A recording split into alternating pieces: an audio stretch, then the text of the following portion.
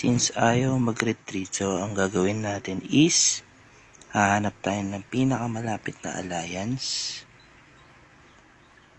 So for example, yung pinakamalapit na alliance na pwede natin i-reinforce. For example, ito. KSNS. So yan, so nakikita nyo si top continuous pa rin ng attacking. So punta tayo kay SNS, then click reinforce, click join. So pinitin natin si top, then march. So as you can see, nagbago yung status ni top. So tingnan natin, nandito siya sa ayan, naka-arrive na yung character ko na nag-bug na hindi na bumalik.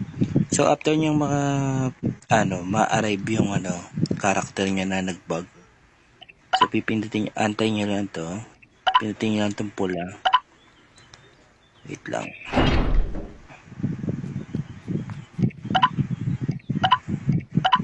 Ayan, mostly kasi matagal yan. Kasi inaantay niyang parang naglalakad pa yan yung character So reinforce, then return nyo lang yan.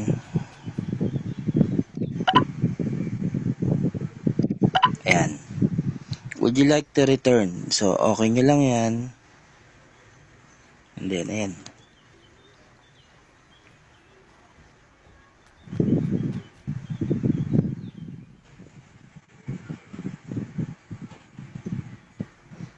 So yung character niya is bumalik na.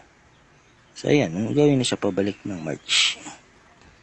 So yun lang, may mga ganong kayong experience, i-reinforce nila sa pinakamalapit yung alliance. And then hindi na kayo mahihirapan na mag-report sa customer service. So thank you.